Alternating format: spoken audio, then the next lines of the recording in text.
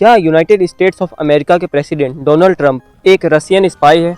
इस बात में बहुत ज़्यादा सच्चाई भी हो सकती है, क्योंकि इस टॉपिक पे बहुत सालों तक छानबीन चली है और बहुत बार डोनाल्ड ट्रंप का रशिया के साथ कनेक्शन निकला है। तो इस वीडियो में हम लोग धीरे धीरे और आराम से समझेंगे कि डोनाल्ड ट्रंप ने कब कब रशिया को सपोर्ट करा है और ऐसे क्या सबूत है उनके खिलाफ जिससे ये लगता है कि वो स्पाई एजेंट है रशिया के। तो इस स्टोरी की सबसे पहले शुरुआत होती है 1987 में, जिस समय पे कोल्ड वॉर उसके पीक पे पहुंच गया था और रशिया एंड अमेरिका एक दूसरे को देखना नहीं चाहते थे। उस समय डोनाल्ड ट्रंप सिर्फ रियल एस्टेट का काम करते थे और उसी काम के चलते वो रशिया गए थे, वहाँ पे अपने बिजनेस के लिए अपॉर्चुनिटीज ढूंढने के लिए। बट एक केजीबी एजेंट एल्नर मुसाइनेव, इन्होंने ये बताया है कि इसी साल जब डोनाल्ड ट्रंप पहली बार रशिया गए थे, उनको एक केजीबी ऑफिसर बना दिया गया था, क्योंकि उस समय सोवियत यूनियन ने ये देखा कि ये इंसान उनके आगे और ज्यादा काम आ सकता है। और उस समय उनका कोड नेम क्रासनोव रखा गया था, क्योंकि उस समय सोवियत यूनियन बहुत ही वेस्टर्न इन्फ्लुएंसर लोगों को अपने झांसे में ले रही थी और उन्हें फंड करती थी। बट इस क्लेम में भी एक बहुत बड़ा प्रॉब्लम है।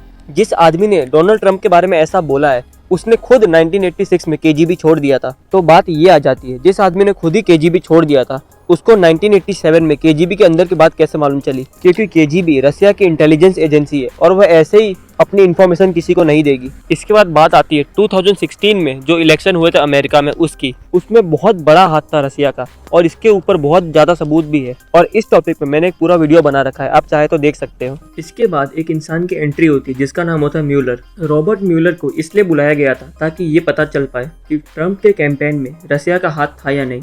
हालांकि रॉबर्ट म्यूलर को इस पे कोई भी सबूत नहीं मिला, लेकिन इसमें ये चीज सामने आ गई कि ट्रंप के लोगों का रशिया के लोगों के साथ कनेक्शन तो था, पर उन्हें कोई भी सबूत नहीं मिल पाया। ये सारे शक तब ज्यादा बढ़ जाते हैं जब ये देखने को मिलता है कि ट्रंप की ज्यादातर पॉलिसीज रशिया के फेवर में होती है। लेकिन ये बात गलत भी हो सकती है, क्योंकि कई पे डोनाल्ड ट्रंप ने रशिया पे सैंक्शंस भी लगाए हैं। अब हम डोनाल्ड ट्रंप की वो पॉलिसीज देखते हैं जो कि पूरी तरीके से रशिया के फेवर में थी।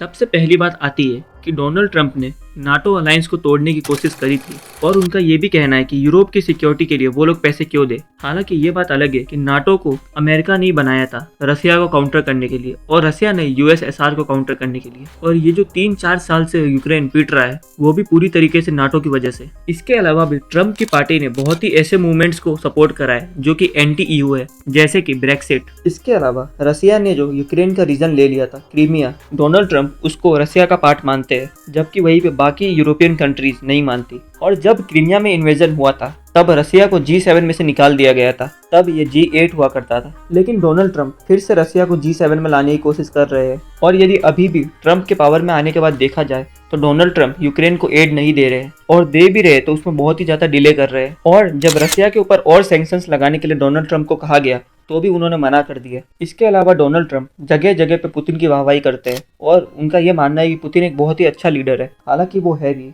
एंड डोनाल्ड ट्रंप धीरे धीरे यूरोप में अपनी मिलिट्री प्रेजेंस कम कर रहे हैं और जर्मनी में से उन्होंने बहुत सारे ट्रूप्स को वापस बुलाया है। और पुतिन भी कम नहीं है, पुतिन भी टाइम पे डोनाल्ड ट्रंप की वाहवाही करते हैं। जब डोनाल्ड ट्रंप को गोली लगी थी तो पुतिन ने उनका बहुत साथ दिया था और हर जगह पे कहा था कि वो एक बहुत ही ब्रेव लीडर है। डोनाल्ड ट्रंप 1987 में रशिया के मॉस्को में होटल्स खोलना चाहते थे और वहाँ पे और भी बहुत सारे रियल एस्टेट के बिजनेस पे उनका ध्यान था। एंड 1996 में डोनाल्ड ट्रंप वहाँ पे एक रेसिडेंशियल प्रोजेक्ट बनाने वाले थे और 2005 में फेलिक्स सेटर के साथ मिलके डोनाल्ड ट्रंप रशिया में ट्रंप टावर बनाना चाहते थे, जो कि मॉस्को रिवर के पास था। और डोनाल्ड ट्रंप शुरुआत से ही रशिया में अपना बिजनेस बढ़ाने की फिराक में है और उन्होंने इसके लिए बहुत बार कोशिश करी है। और अभी 1 महीने पहले जो ट्रंप का जेलेंस्की के साथ झगड़ा हुआ था वो तो सबने देखा ही था, मिनरल वाली डील पे, जिसके बाद बहुत से यूरोपियन कंट्रीज अमेरिका के अगेंस्ट हो गए थे। उन्होंने बातों बातों में यूक्रेन के प्रेसिडेंट को डिक्टेटर कहा और बहुत ही बेइज्जती करी उनकी। तो आज की वीडियो में इतना ही, मिलते हैं आपसे नेक्स्ट वीडियो में।